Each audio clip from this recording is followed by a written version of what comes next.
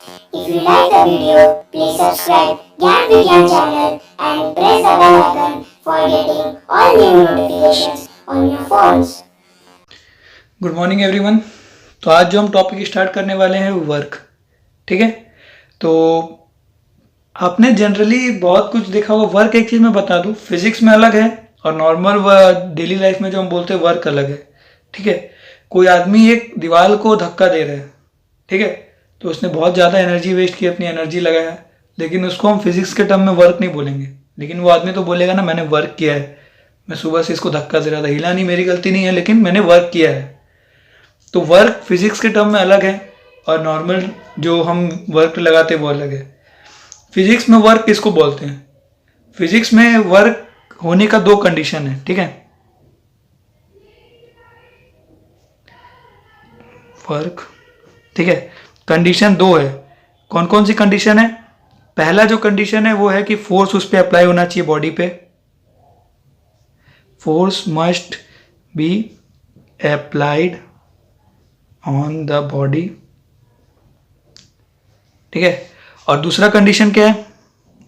दूसरा कंडीशन ये है कि वो जो फोर्स अप्लाई हुआ है वो उस बॉडी का पोजीशन को चेंज करे। ठीक है, द फोर्स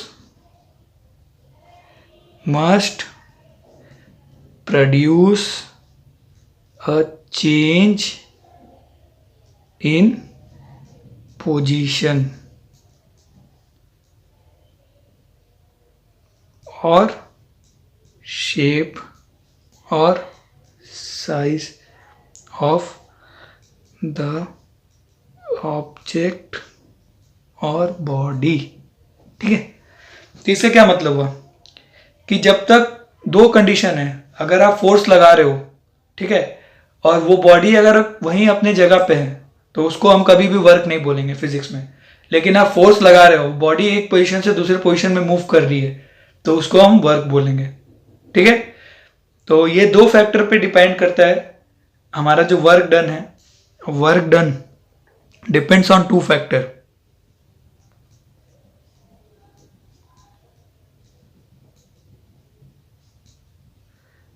टू फैक्टर्स कौन कौन से फैक्टर? एक तो मैग्नीट्यूड ऑफ फोर्स,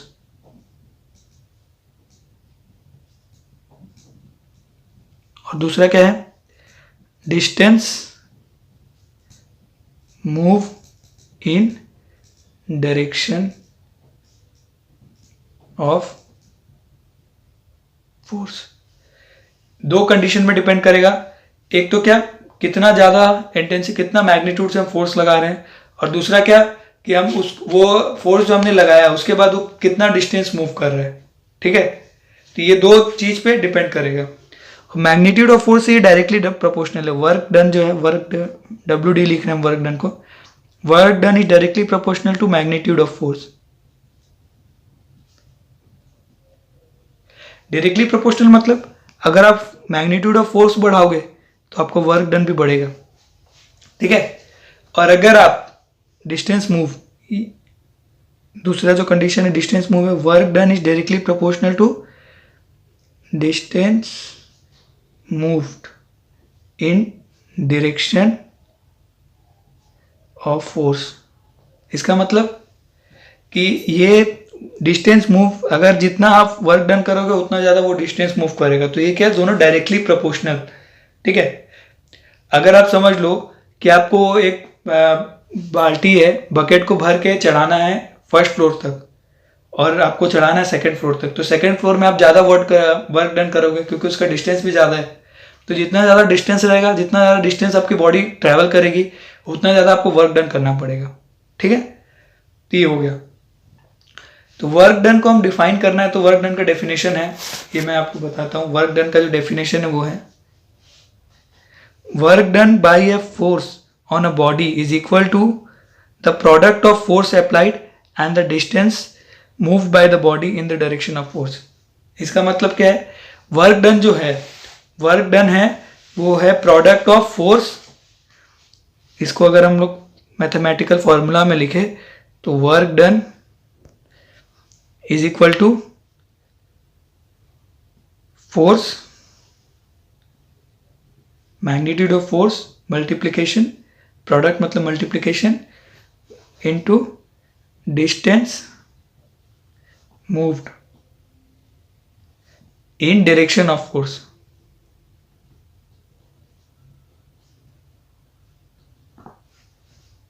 ठीक है, तो वही है work done is equal to force into perpendicular distance, नहीं force into distance moved in the direction of force. Perpendicular force हम कहाँ लेते थे? टॉर्क में, याद रखिएगा। इसका मैंने वहां पे आपको ये भी बताया था, वर्क डन हम आगे पढ़ने वाले हैं तो उसके जो यूनिट में बहुत डिफरेंस आता है, तो वो यूनिट यहीं पर है। अगर आप इसका यूनिट देखो तो यूनिट क्या होगा? Newton metre. टॉर्क का भी हमारा यूनिट था, लेकिन हम इसको यहाँ पे क्या बोलते हैं? जूल। तो आपसे कोई भी पूछे, कोई भी इंसान पूछे कि आपको वर्क डन का यूनिट क्या है, तो आप क्या बोलोगे? जूल। ठीक है, अब आप समझ लो आपकी एक बॉडी है और वो आपने फोर्स लगाया उस पर, वो डी डिस्टेंस तक मूव करती है। यहाँ पे आ गई आपकी बॉडी, ये सरफेस है। ठीक है, यहाँ पे आपने फोर्स अप्लाई किया तो ये क्या होगा? इसका हम लोग वर्क डन क्या होगा? Work done is equal to force into distance. Distance यहाँ पे कितना मूव किया उसने? डी लिखा है, तो ये हमारा वर्क डन हो गया, एफ इंटू डी। ठीक है, अब हम जो नेक्स्ट देखने वाले हैं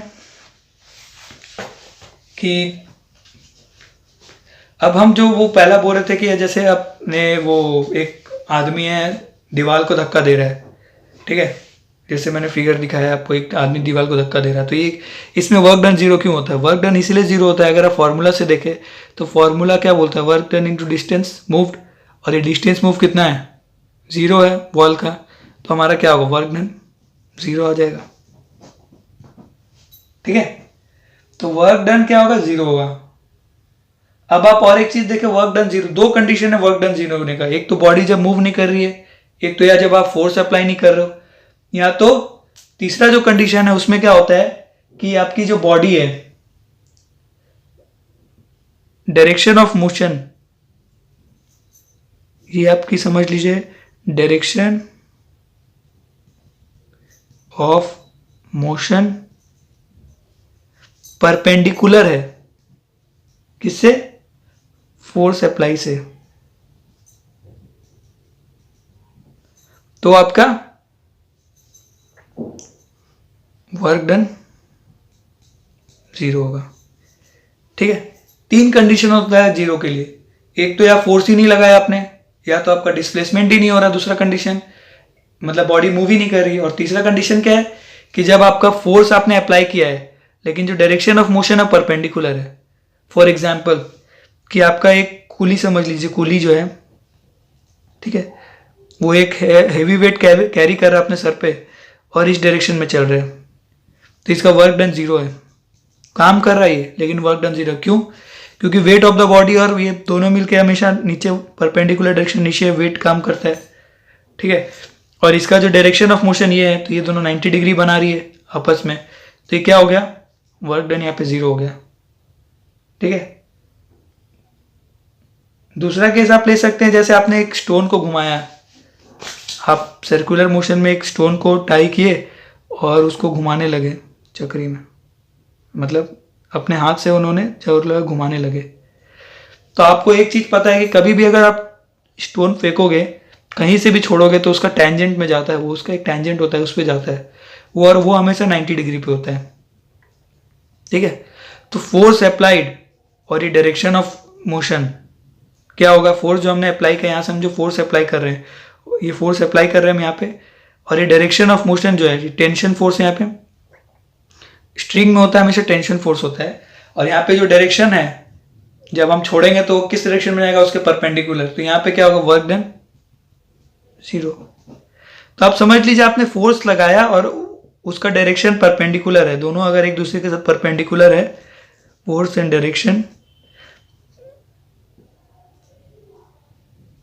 डायरेक्शन ऑफ मोशन, स्पेलिंग पर ध्यान नहीं देंगे, ठीक है, नहीं तो मैं लिख देता हूं अगर आपको इससे चाहिए तो। डायरेक्शन ऑफ मोशन अगर एक दूसरे के साथ परपेंडिकुलर है तो वहां पे हम वर्क डन जो होता है हमारा 0 होता है। ठीक है, 3 कंडीशन आपको मैंने बताया जहां पे वर्क डन 0 होता है। ठीक है, लेकिन एक चीज याद रखेंगे, ये जो कूली है, ये जो हमने बोला, ये जब चल रहा है वेट उठा के तब इसका वर्क डन 0, लेकिन जब ये अगेंस्ट द ग्रेविटी फोर्स अपना वेट उठाएगा, कोई भी सामान उठाएगा, तो उस समय ये वर्क कर रहा है, क्योंकि ये एक ऑब्जेक्ट को जमीन से उठा के यहाँ तक जा रहा है, तो डिस्टेंस तो कवर कर रहा है ना उस समय, तो उस समय ये अगेंस्ट द ग्रेविटी वर्क कर रहा है। ठीक है, ये चीज आप हमेशा याद रखेंगे। ठीक है, तो ये जो जूल होता है, अब हमने एक ऊपर यूनिट को किया कि 1 जूल होता है, क्या यूनिट जो होता है, वर्क डन का यूनिट जो होता है वो जूल होता है। तो यूनिट को हमको डिफाइन भी करना है कि 1 जूल क्या होता है।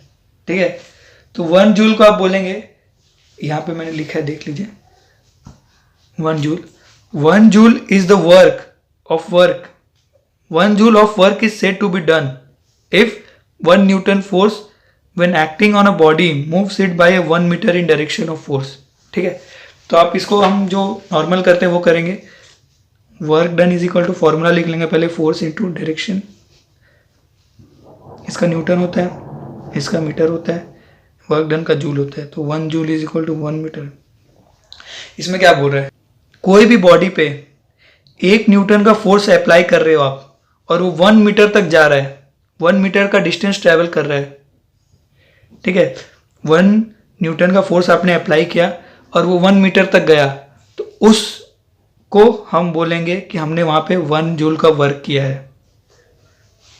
ठीक है, कोई भी बॉडी पे अगर आप 1 न्यूटन का फोर्स लगा रहे हो और वो 1 मीटर तक जाएगा, तो हम वहां पे क्या बोलेंगे कि हमने 1 जूल का वर्क डन वहां पे किया है। ठीक है, ये हो गया। अब हम कुछ एनर्जी के बारे में बेसिक समझ लेंगे कि एनर्जी क्या होती है। ठीक है, एनर्जी और वर्क रिलेटेड ही है, क्योंकि आप कितना वर्क डन करते हो कि आपके ऊपर कितना एनर्जी है वो होता है। ठीक है, तो आप जितना ज़्यादा एनर्जी यूज करोगे उतना ज़्यादा वर्क डन होगा। ठीक है, तो आप जब भी वर्क डन करते हो बॉडी के ऊपर, बॉडी के ऊपर आप वर्क डन करोगे तो क्या होगा, उसका एनर्जी इंक्रीज होगा, और अब बॉडी आपका वर्क डन करेगा तो क्या होगा, उसका एनर्जी डिक्रीज होगा। फॉर एग्जाम्पल मान लो, अगर आपका बॉडी वर्क कर रहा है, body working, then energy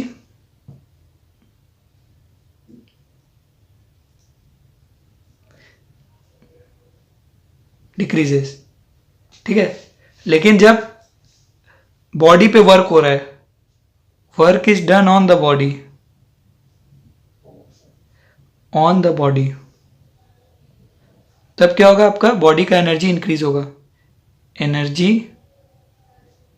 of body increases.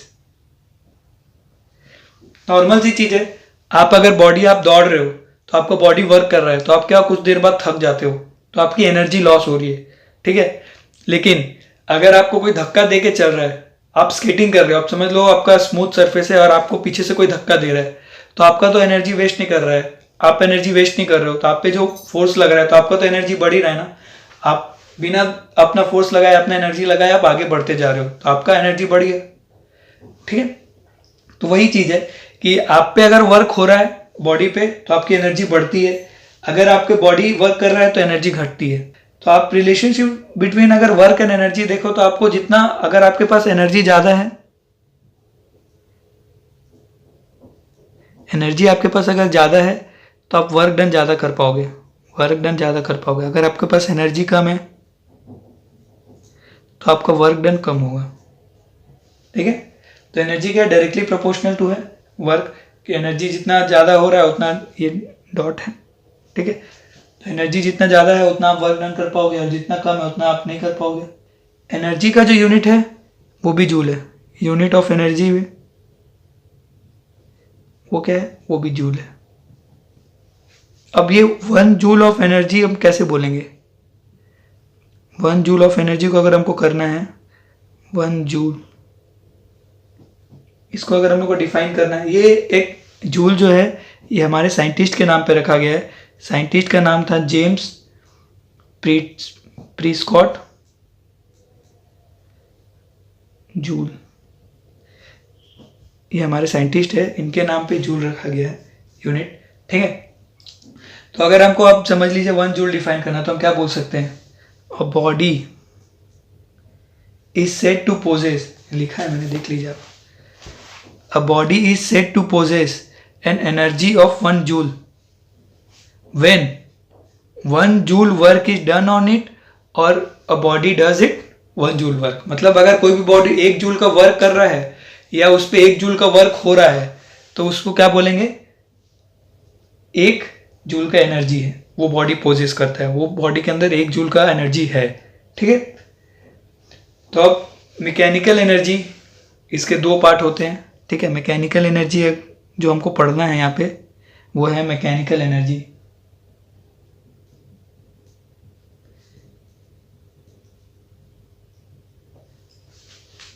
इसके 2 पार्ट है, आपने बहुत बार सुना होगा इसका नाम, फिर भी मैं आपको बता रहा हूँ। इसके 2 पार्ट है, एक हो गया आपका काइनेटिक एनर्जी,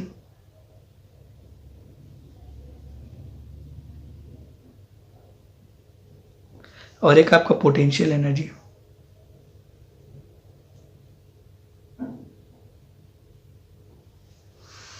इसके भी 2 पार्ट है, एक आपका होता है इलास्टिक पोटेंशियल,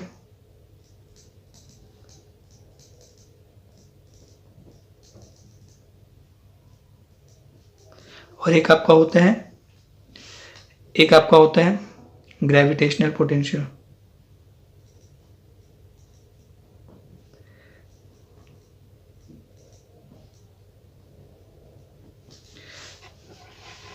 एक मैंने चार्ट के फॉर्म में बनाने की कोशिश की है, तो आपको दिख रहा होगा। तो अब हम इसके आगे पढ़ेंगे कि काइनेटिक एनर्जी क्या होती है, पोटेंशियल एनर्जी क्या होती है। तो पहले हम एक चीज़ जान लें कि टोटल एनर्जी जो हमारी टोटल मैकेनिकल एनर्जी बोलते हैं, टोटल मैकेनिकल एनर्जी को हमने नाम दिया is equal to sum of kinetic energy plus potential energy. ठीक है, अब काइनेटिक एनर्जी क्या होती है, पोटेंशियल एनर्जी क्या होती है, ये हम नेक्स्ट क्लास में पढ़ेंगे। एक चैप्टर, ये एक टॉपिक ही है। तो काइनेटिक एनर्जी और पोटेंशियल एनर्जी हम नेक्स्ट क्लास में पढ़ेंगे। तो आपको अगर वीडियो समझ आया हो तो लाइक, कमेंट एंड सब्सक्राइब कर दीजिएगा, और कुछ भी कमेंट हो तो आप मुझे नीचे बता सकते हैं कमेंट बॉक्स में। ठीक है, तो थैंक यू वेरी मच।